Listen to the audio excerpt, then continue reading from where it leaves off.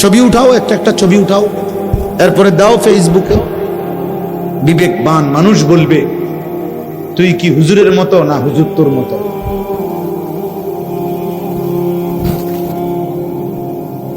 কি বুঝাইতে চাচ্ছ হুজুরের লগে ছবি উঠাইয়া? কি হুজুর তোমার মতো না তুমি হুজুরের মতো? এটা আগে বলো, যদি কারো বিবেক থাকে সেটা।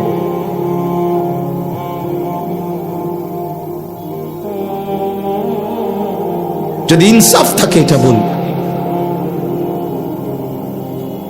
অতএব দোস্ত আমার, বাবা আমার, প্রিয় সন্তান, ঠিক করলা না, ঠিক করলা না। সব গাদ্দারির শেষ আছে।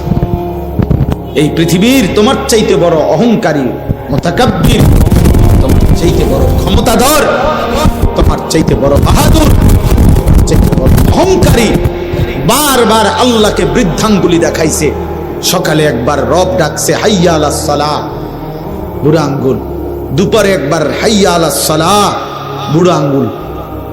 আসরে একবার, বিকালে একবার, সন্ধ্যায় একবার, রাতে। প্রতিবার নাফরমান বলছে না না যাব না, নামাজ যাব না, যাব না, যাব না।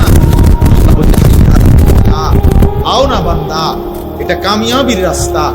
এই সেজদার মধ্যে শুধু সেজদা না, সফলতা, কামিয়াবি, কামিয়াবি আছে এখানে, সফলতা আছে এখানে। দুনিয়া আখিরাতের সব প্রয়োজন পূরণ হবে এখানে। নাফরমান বান্দা বলে না আমার লাগবে না। আল্লাহ, আমার বন্ধু যে আমার এক কাপ চা খাওয়ায় আমি তার প্রতি কৃতজ্ঞ। যে আমার একটা বন রুটি খাওয়ায় আমি তার সাথে 3 ঘন্টা হাঁটতে রাজি। যে আমাকে এত বড় সৃষ্টি দিয়ে লালন পালন করে আমি তাকে একটা সেজদা দিতে রাজি না। তোর চাইতে নিকৃষ্ট বেয়াদব আর কেউ নাই, তোর চাইতে বড় গাদ্দার আর কেউ নাই। গাদ্দার বেটা তুই, গাদ্দার বেটা। 10 টাকার বন রুটি খাবাইলে তো মানুষ তার সাথে কিছুক্ষণ চলে।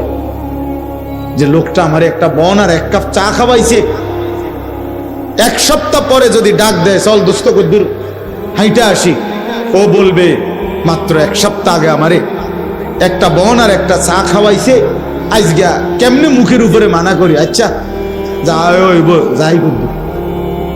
10 টাকার কৃতজ্ঞতা যদি হয় এতটুকু, এত বড় সৃষ্টি জগৎ দিয়ে যিনি আমাদেরকে লালন পালন করছেন তার কোনো কৃতজ্ঞতা নাই?